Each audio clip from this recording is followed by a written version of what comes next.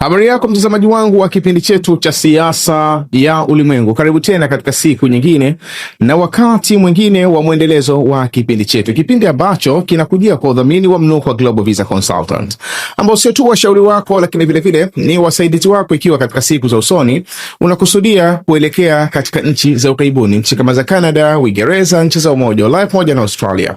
Unaweza kuwasiliana kupitia namba hizo chini tangazo kwa msaada, ushauri pamoja na mwongozo. Tukielekea katika uchambuzi wetu wa leo, bila shaka pamekuwa na mvutano baina ya nchi ya Marekani na nchi za Ulaya. Mvutano ambao una siku kadhaa nyuma, lakini kadri siku inavyozidi kwenda unazidi kuonekana kwamba unazidi kutanuka, na hasa ukihusianishwa na mgogoro wa nchi ya Iran.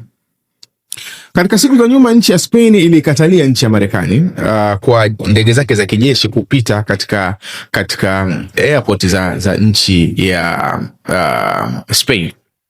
Na haya yameendelea kukadiriwa mara nyingi na waziri mkuu wa nchi ya Spain Pedro Sanchez, na hata katika siku ya jana katika sehemu ya mahojiano yake amezungumza wazi akasema kwamba miaka takriban 23 iliyopita nchi ya Marekani ilizishawishi nchi za Ulaya kwenda katika vita vya Iraq, ikishutumu kwamba kwa kipindi kile Iraq ilikuwa ikishutumiwa kwamba ina silaha za maangamizi, kwa maana zile wanazita wenyewe weapons of mass destruction.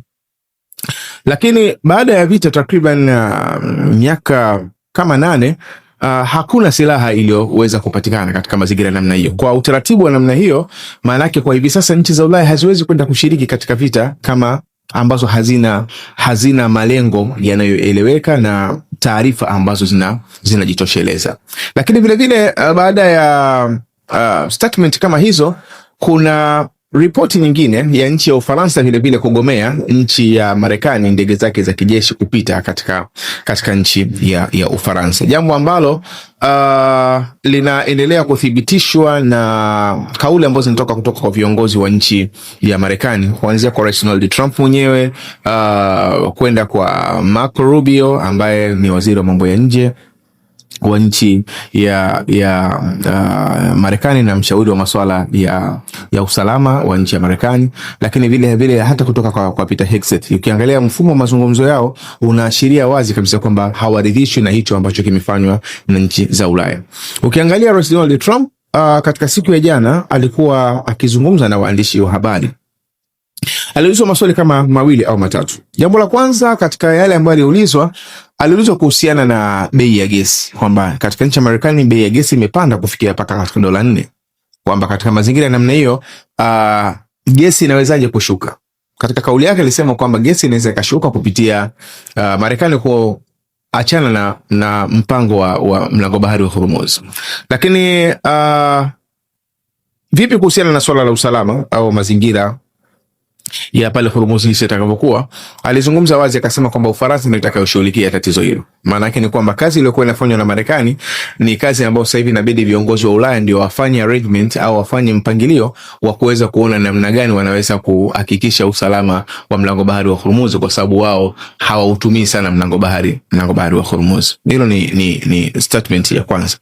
Lakini vile vile ukiangalia hata katika mazungumzo ya Marco Rubio alipokuwa anahojiwa takriban kama siku 2 nyuma na television ya Al Jazeera, aliulizwa kuhusiana na issue ya NATO na akazungumza akasema kwamba sasa hivi inabidi tuna mpango kwenda kuangalia vizuri mahusiano yetu baina ya Marekani na nchi za NATO kiujumla, kwa sababu NATO wanapotuhitaji sisi tunakwenda kuwasaidia, maana yake katika vita kama ya Ukraine, kwamba zile nchi za Ulaya maana yake zimehitaji msaada wa Marekani na Marekani imekwenda kuwasaidia, jambo ambalo ukilichunguza pia kwa ndani utagundua kwamba vita ya Ukraine msingi wake mkubwa ni nchi ya Marekani na wala sio nchi za Ulaya. Na ndio maana architecture au mchoraji wa mchoro ule wa vita ile ya Ukraine kwamba itumike kwenye kuidhoofisha nchi ya Urusi ni Victoria Nuland ambaye ilikuwa ni mmoja katika maafisa wa ngazi ya juu wa nchi ya Marekani, ambaye amehudumu, ana rekodi ya kuhudumu kwa marais wengi kina Bill Clinton, George W. Bush, Barack Obama, mpaka kufikia kwa kina Joe Biden. Manake ni Marekani na viongozi wa Marekani ndio walikuwa wanakwenda. Hata kipindi kile cha maandamano ya kule nchini ya Ukraine ya Maidan, viongozi wa Marekani Victoria Nuland na wengine walikuwa wakienda kutoa speech kabisa katika yale maandamano. Kwa hiyo ina maana mchoro wa vita ya Ukraine ulikuwa ni mchoro wa Marekani, lakini Ulaya ilibeba gharama ya vita kwa sababu ya mazingira ya kijiografia na yenyewe, kwa sababu ilikuwa imeshaingizwa katika mtego, kisha Marekani alipokuja Rais Donald Trump ikajitoa ikawaacha Ulaya wenyewe. Kwa hiyo hata maneno yanayozungumzwa na Marco Rubio ni maneno ambayo tunaweza tukaya challenge kidogo, kwamba uhitaji wa Ulaya au uhitaji wa Ulaya kuhitaji Marekani katika mgogoro kama wa Ukraine, msingi wake mkubwa ni kwamba kwa sababu mazingira ya kijiografia ya nchi za Ulaya yanailazimisha kushiriki katika mgogoro husika, kwa sababu ile Ukraine iko ndani ya Ulaya, lakini sio kwamba ule msingi wa ule mgogoro uliandaliwa zaidi na nchi za Ulaya kuliko ulivyoandaliwa na nchi ya Marekani.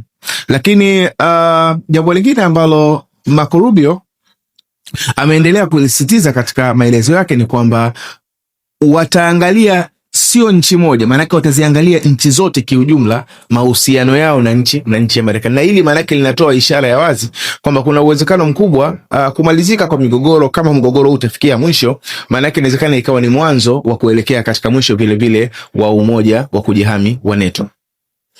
Lakini hili pia la mvutano baina ya nchi za Ulaya na nchi ya Marekani tunalichukua pia katika uzito wa namna yake, kwa kuzingatia kwamba hata hii kukadiriwa kwa maneno ya kwamba Marekani inataka iondoke, iachane na habari ya mlango bahari wa Hormuz, manake inaashiria wazi kabisa ni athari ya nchi za Ulaya kukataa kutoa support katika hii mission ya nchi ya Marekani na nchi ya Israel. Kwa sababu muundo wa mgogoro wa Iran, manake tumekuwa tukikariri kwamba unagawanyika katika sehemu mbili. Kuna sehemu ya tactical na kuna sehemu ya strategy. Kuna sehemu ya mbinu na kuna sehemu ya kimkakati. Katika sehemu ya mbinu, Israel inaweza ikawa na msaada mkubwa, kwa sababu Israel ni nchi ambayo ni wazuri katika upande wa intelligence. Tumfikie nani kwa wakati gani? Ile ni kitu ambacho Israel wanakifanya vizuri zaidi katika eneo la Mashariki ya Kati, na hata katika ukilinganisha pia na zile intelligence system nyingine. Na hii ni kwa sababu ni project ambayo wameifanya kwa muda mrefu toka kuundwa kwake, maana kutoka kwenye miaka ya 40, na ndio maana unaona kwamba wamefanikiwa kufanya mission nyingi katika eneo la Mashariki ya Kati kihistoria. Hata kwa mfano unaona kama mission ya kukaa katika ile Golan Heights, manake ni kazi iliyofanywa na mtu anaitwa Eli Cohen Master, ambaye alifanya kazi kubwa katika nchi ya Syria, kukusanya taarifa na kila kitu na kuwapa Waisraeli, ndio wakaweza kufikia hapo walipoweza kufika. Kwa hiyo ni nchi ambayo imetengenezeka hivyo kwamba katika upande wa intelijensia ambayo inaruhusu ile tactical maneuver, ile ujanja wa kimbinu, wanaweza kufanya vizuri zaidi, lakini sio katika upande wa strategy. Na ndio maana katika upande wa strategy unabaki ni upande wa Marekani, kwamba labda tutavamia, labda kufungua Hormuz au kufanya nini, inabaki ni mission ya nchi ya Marekani na sio mission ya nchi ya Israel. Sasa katika muundo wa namna hii, kulingana na plani ya mwanzo ya mgogoro jinsi ulivyokuwa, haukuwa mgogoro wa muda mrefu. Ulikuwa ni mgogoro ambao unafanya tu kwamba kuattack na kisha baada ya hapo watake mambo ya ceasefire. Mnapoingia katika mgogoro wa muda mrefu, maana yake lazima upate backup kama wewe unakuwa hujajiandaa. Sasa backup ilikuwa inategemewa ni kutoka katika nchi za Ulaya. Nchi za Ulaya zimegoma kutoa hiyo backup. Matokeo yake ni nini? Matokeo yake ndio sasa hivi tunaanza kuona speech nyingi zinaashiria kwamba Marekani inataka jitoe. Kwa mfano, katika siku ya jana, katika yale yaliyoulizwa na waandishi wa habari, ni hiyo issue ya bei ya gesi kupanda katika nchi ya Marekani, msitizo wake ilikuwa ni kwamba ni kuondoka katika mlango bahari wa Hormuz. Lakini vile vile hata ukiangalia katika speech ambayo Waziri Netanyahu aliitoa siku ya jana kama ni sehemu ya salamu za kuelekea katika Pasaka, alizungumza wakasema kwamba nchi ya Iran, yani kwa hivi sasa baada ya mgogoro kuwa unaendelea na wenyewe wanafanya mashambulizi Iran na Iran inafanya mashambulizi, kwa hapa tulipofika sasa hivi, anasema Waziri Netanyahu kwamba nchi ya Iran sio tena existential threat. Tukisema existential threat, maana yake ni kwamba ni tishio linaloweza kupelekea kitu fulani kisiwepo. Kwa ina maana katika siku za nyuma Waziri Netanyahu alikuwa akikariri kwamba Iran ni existential threat kwa nchi ya Israel, kwamba Iran inapokuwepo maana yake Israel inaweza ikatoweka wakati wowote, kwa lazima tupambane na hili tatizo. Lakini kwa hivi sasa anasema kwa sababu tumeshashambulia katika senta za uzalishaji wa silaha, tumeshambulia katika viwanda, tumeshambulia sehemu tofauti tofauti, kwa hiyo ina maana sasa hivi Iran sio tena existential threat, jambo ambalo actually tunaweza tukali challenge, kwa sababu ukiangalia kimsingi Iran sio existential threat kwa Israel, lakini Iran ni strategic threat kwa Israel. Iran sio tishio kuifanya kwamba Israel isiwepo, lakini Iran ni tishio kimkakati kwa nchi ya Israel, kwa sababu Israel inahitaji iwe superpower. Na ni maneno ambayo kwa kiakari takriban kwenye tarehe 12 Machi katika moja ya mazungumzo yake alizungumza hivyo Waziri Netanyahu.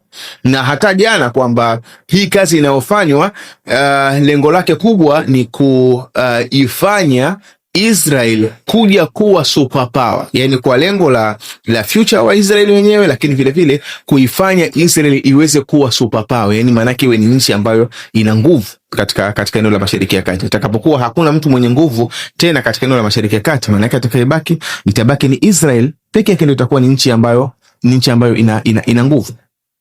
Kwa hiyo ukiangalia Israel yenyewe inachokihitaji katika eneo la Mashariki ya Kati ni kwamba asipatikane mwingine mwenye nguvu, iwe na nguvu peke yake. Lakini katika upande wa pili, nchi ya Iran ni nchi ambayo by the way kiasili wenyewe sio Waarabu, lakini siasa yao imeathiriwa zaidi na eneo la Mashariki ya Kati, na hii ni kwa sababu nyingi za kihistoria, kwa kuzingatia kwamba zile dola za Kiislamu zilitawala pia maeneo ya kule Persia. Kwa ina maana ile athari ya siasa ya Mashariki ya Kati ni jambo ambalo linaendelea kuishughulisha nchi ya Iran. Lakini vile vile ndio maana unaweza kuona kwamba nchi ya Iran hata ukiangalia katika sehemu ya vipaumbele vyake, mara nyingi vipaumbele vyake vinahusianishwa na eneo la Mashariki ya Kati. Kwa mfano labda issue kama ya Palestine, manake ni issue ambayo actually ni ya Waarabu, lakini ni issue ambayo Iran wanapojaribu kuitumia, maana yake inawasaidia kwa upande mmoja au mwingine kuongeza sehemu ya ushawishi wao katika eneo la Mashariki ya Kati, kwa kuzingatia kwamba ni issue ambayo kila mwanajamii anayepatikana katika eneo la Mashariki ya Kati na sehemu nyingine duniani kama hivi sasa jinsi ilivyo, maanake ni issue ambayo inamshughulisha issue ya Palestine. Kwa hiyo ukiangalia kimuundo unaweza ukaona kwamba Israeli inahitaji iwe na nguvu katika eneo la Mashariki ya Kati, lakini wakati huo vile vile Iran inahitaji iwe na nguvu katika eneo la Mashariki ya Kati. Hapo ndipo wanapogongana na ndipo hapo ile kutishana kunakopatikana. Lakini vile vile katika influence kama za kiuchumi unaweza kuona kama sasa hivi Waziri Netanyahu amekuwa akikariri swala la baada ya vita kuisha, nchi ya Saudi Arabia ikiwezekana itengeneze bomba la mafuta litakalokuwa linapita katika nchi ya Israel kuelekea katika nchi za Ulaya. Kuelekeza bomba la mafuta au mabomba mengine kuelekeza katika nchi ya Israel, maana yake ni kuifanya nchi ya Israel ije kuwa na nguvu, kwa kuzingatia kwamba ina maana mwisho wa siku wa usafirishaji wa zile mali kwa maana ya mafuta au gesi utategemea vile vile sera za nchi ya Israel, kuliko sasa hivi jinsi inavyoonekana kwamba usafirishaji wa gesi, mafuta unaanza kutegemea sera za nchi ya Iran. Maana yake ni sera zake zinakuwa zinapangwa katika mji wa Tehran, jambo ambalo ni tishio pia katika nchi ya Israel katika upande wa uchumi na yani ushawishi wa kiuchumi katika eneo la Mashariki ya Kati. Lakini ukiangalia position ya nchi ya Israel kwa Iran, tunasema ni existential threat, kwamba Israel yenyewe ndio tishio kwa Iran kuwepo kwake, kwa sababu Israel imefanya rekodi ya kuishambulia nchi ya Iran zaidi ya mara moja, kwa maana kwamba mwaka jana kwenye mwezi Juni Israel ndio ilianza kufanya preemptive strike, ile mashambulizi ya kushtukiza, lakini vile vile mwaka huu imeonekana vile vile imefanya mashambulizi ya namna hiyo. Lakini vile vile kwa muda mrefu, kwa takriban miaka zaidi ya 30 kama anavyosema yeye, au miaka 40 takriban kama anavyosema yeye mwenyewe Waziri Netanyahu, kwamba kwa muda mrefu alikuwa anasubiria siku ifike ya Israel kuweza kushambulia katika nchi katika nchi ya Irani. Maana yake ni jambo ambalo alikuwa nalo kwa muda mrefu, ukiachilia mbali ile shabaha yake ya nchi nyingi katika ambazo zina mahusiano na eneo la Arabian Peninsula au nchi ambazo zinazunguka pembeni yake. Maana yake zile nchi kama za Iraq, nchi kama za Syria, kwenda mpaka maeneo kama ya Libya, Sudan, Somalia, ilikuwa ni moja katika project ya Waziri Netanyahu kwamba nchi zitakuwa zianguke ili Israeli iweze kuwa na nguvu katika eneo la Mashariki ya Kati. Kwa hiyo moja katika shabaha yake ilikuwa ni kwamba hizi nchi zote ziweze kuanguka, ikiwemo vile vile nchi ya Irani inatakiwa iweze kuanguka. Katika munasaba wa namna hiyo, katika muktadha huo, maana yake tunaweza kuona kwamba Israel ni existential threat, ni tishio kwa Irani kuwepo kuliko vile Irani ambavyo ni tishio kwa kuifanya Israel iweze kuwepo.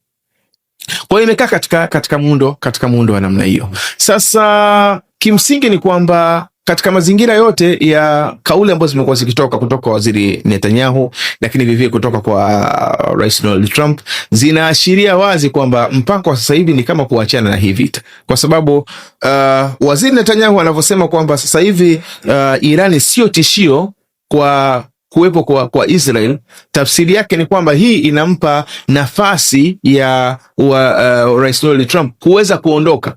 Kwa sababu Rais Donald Trump hawezi kutoa oda ya Marekani kuondoka katika au kuachana na ishu ya Hormuz, ili hali bado vita inaendelea baina ya nchi ya Iran na nchi ya Israel. Ni jambo ambalo haliwezekani. Ili liweze kufanikiwa katika muundo huo, ni lazima Israeli itengeneze cover kama hii ambayo izungumza Waziri Netanyahu kwamba sasa hivi Iran sio tishio.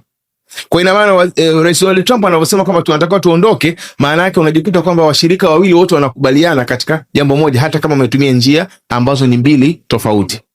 Lakini vile vile kwa upande wa nchi ya Iran tunaona kwamba kuna makubaliano ambayo lazima yafikiwe baina yake na Marekani, kwa sababu nchi ya Israeli katika mfumo wake au katika sera yake kwa hivi sasa ilikuwa inakataa Marekani kuingia katika makubaliano ya namna yote na nchi ya Iran, yakijumuisha ishu ya Hezbollah au ishu ya kusini mwa nchi ya Lebanon. Hili ni jambo ambalo Israeli kwa wenyewe hawalitaki. Kama Marekani anakubaliana na Iran, wakubaliana kwenye mambo mengine, lakini sio ishu ya kusini mwa Lebanon. Kwa nini? Kwa sababu Israel ana mpango wa kufanya annexation, yani kuongeza eneo la kusini mwa nchi ya Lebanon mpaka kufikia katika mto Litani. Ikiwezekana iwe ni sehemu ya mto, iwe ni sehemu ya nchi ya Israel. Inaweza ikawa subjected au iko kwanza kama ni sehemu ya security zone, lile eneo la kiusalama, na kisha baadaye walazimishe kwamba liko katika himaya yao, kwa kuzingatia kwamba nchi ya Israel ndio nchi pekee ambayo haijapeleka katika Umoja wa Mataifa mipaka ya nchi ya Israel. Maanake ndio nchi pekee haijapeleka ile mipaka yake kwamba inaanzia wapi na inaishia wapi. Kwa hiyo ina maana katika mazingira namna hiyo, mpaka leo mipaka ya Israel haijulikani officially katika Umoja wa Mataifa, bali wanachokifanya maanake ikipatikana sehemu ya kuongeza kama kule inavyoonekana katika maeneo kama ya Kunitra upande wa kule Syria karibia na sehemu ya mlima Golan, maanake wamekuwa wakiongeza siku inapozidi kwenda, wamekuwa wakiongeza visehemu vidogo vidogo kwa sababu ya kuhakikisha kwamba wanafikia katika lengo la mwisho la ile project ya Great Israel, ile Israel ambayo ni kubwa, ambayo wenyewe wanakusudia kwamba wawe na nchi ambayo ni kubwa na itakayokuwa na ushawishi mkubwa duniani. Sasa katika mazingira ya kwamba Israeli wenyewe hawataki Marekani ajadili na Iran kuhusiana na ishu ya kusini mwa Lebanon kwa sababu ya ishu ya Hezbollah ambao sasa hivi wanapigana na nchi ya Israel. Lakini wakati huo vile vile Iran katika msimamo wake ni kwamba discussion ya namna yote ya makubaliano ni lazima ikusanye eneo zima la Mashariki ya Kati, kwa maana kwamba hawawezi wenyewe kukubali kuingia katika makubaliano ya namna yote kwa kuipuuza sehemu ya kusini mwa Lebanon. Ni jambo ambalo vivyo wenyewe wamekuwa wakijaribu kulikariri. Sasa makutano ya hoja hizi maana yake inaweza ikatupa ishara kwamba mgogoro pia inawezekana ukachukua muda mrefu, na inawezekana kwamba hichi kinachozungumzwa pia nje kisiwe na uhalisia, kwa sababu kama hapata kuwa na assurance ya mgogoro wa kusini mwa Lebanon kuisha, tafsiri yake ni kwamba Iran wenyewe wataendelea na vita. Kwa hiyo ili vita iweze kuisha, ni lazima vile vile solution ya kusini mwa Lebanon iweze kujulikana, jambo ambalo Israeli mwanzo alikuwa halitaki. na hata Israel Katz, yule waziri wa ulinzi wa nchi ya Israel, alizungumza kauli ngumu ambayo ilibidi baadaye ilainishwe kidogo na jeshi la IDF kwamba tutakachokifanya kusini mwa Lebanoni ni kama kitu tulichokifanya Gaza, kuhakikisha kwamba wanaharibu kila kitu kilichoko katika upande wa kusini mwa Lebanon, jambo ambalo libidi IDF baadaye watoe kauli kwamba kinachokusudiwa ni kwamba tutashambulia katika zile nyumba ambazo Hezbollah imekuwa wakijificha katika upande wa kusini mwa nchi ya Lebanon. Kwa sasa ili kuweza kufikia katika tamati ya mwisho ni kwamba ya Marekani kusema anaondoka anaachana na issue ya mnagobado Hormuz, ni lazima vile solution ya upande wa kusini mwa Lebanon iweze kupatikana. Maana yake solution ya kusini mwa Lebanon isipoweza kupatikana ni ishara ya wazi kabisa kwamba haya mazungumzo yanayozungumzwa na waziri Netanyahu pamoja na Donald Trump ni mazungumzo ambayo yatakuwa ni ya geresha, na ndio itakuwa ni tafsiri ya kuongezeka kwa sehemu ya jeshi la Marekani katika eneo la Mashariki ya Kati. Lakini kama itakuwa kwamba Israel watakubali kuachana vile na wao na ishu ya kusini mwa Lebanon, baada ya kuwa kuna makubaliano yamefikiwa baina ya nchi ya Iran na nchi ya Marekani, tafsiri yake ni kwamba itakuwa kuja kwa wale wanajeshi wa Marekani ni sehemu ya kujaribu kutia pressure kwa nchi ya Iran ili waweze kufikia katika makubaliano, jambo ambalo inaonekana kwamba ili kuweza kupambana nalo kulingana na hii plan ya Marekani kuleta jeshi ili kuweza kuitia pressure nchi ya Iran, inaonekana kwamba Iran na wenyewe ili kupambana na idea hiyo ambayo Marekani imekuja nao, ndio maana katika siku takriban 3 nyuma au 4 nyuma kundi la Houthi na wenyewe lilitangaza kuingia katika mgogoro huu. Kwa hiyo ina maana wakati Marekani analeta sehemu ya jeshi kuitia pressure Iran, wakati huo vile Houthi na wenyewe wanaingia ili kutia pressure ule mgogoro wote, ili kubalance zile hesabu ziweze kwenda sawa sawa. Kwa hiyo mpaka sasa tunachokiona katika kauli zinazotoka licha ya kuashiria mgogoro baina ya nchi ya Marekani na nchi za Ulaya ambao tunategemea katika siku za usoni jumuiya ya NATO bila shaka itaelekea kuanguka kwa muundo huu jinsi unavyokwenda, lakini kubwa zaidi tunalolipata ni kwamba Marekani na Israel ni kama wanatengeneza njia ya kuweza kutoka katika mgogoro huu. Lakini ikiwa kwamba haya wanayozungumza yatakuwa hayana uhalisia, katika yale yatakayoonekana ni kwamba mgogoro wa Lebanon utaendelea, wa kusini mwa Lebanon utaendelea, na kuja kwa wanajeshi hawa wa Navy wa nchi ya Marekani maana yake inaashiria wazi kabisa kwamba kuna mission ambayo itakwenda kutokea kuingia katika nchi ya Iran, bila kujali matokeo yake yatakuwa ni mazuri au yatakuwa ni mabaya. Lakini ikiwa vile itaonekana kwamba Israel wataingia katika sehemu ya makubaliano ili kuhakikisha kwamba mgogoro wa kusini mwa Lebanon vile unakwenda kuisha, basi ni ishara ya wazi kabisa kwamba yale yanayozungumzwa na Donald Trump na Waziri Mkuu Netanyahu ni kweli, kwamba kinachoendelea hivi sasa mpango wao ni kuweza kuachana na huu mgogoro jinsi ulivyo hivi sasa, mgogoro wa nchi ya Iran. Kwa hiyo bila shaka bado tuna muda wa kuendelea kutazama hesabu hizi ambazo zimekuwa zikiendelea na mwenendo wa jambo zima jinsi ambavyo unaendelea, tukitaraji kwamba huenda katika muda ujao tukapata taswira iliyokuwa bora zaidi ya hii ambayo tumekuletea. Jina langu ni Maulid Ali Mnukwa. Nikuombe uendelee kufuatilia vipindi vyetu, na nikuombe usahau kusubscribe, kulike, kushare pamoja na kucomment. Uwe na muda mwema.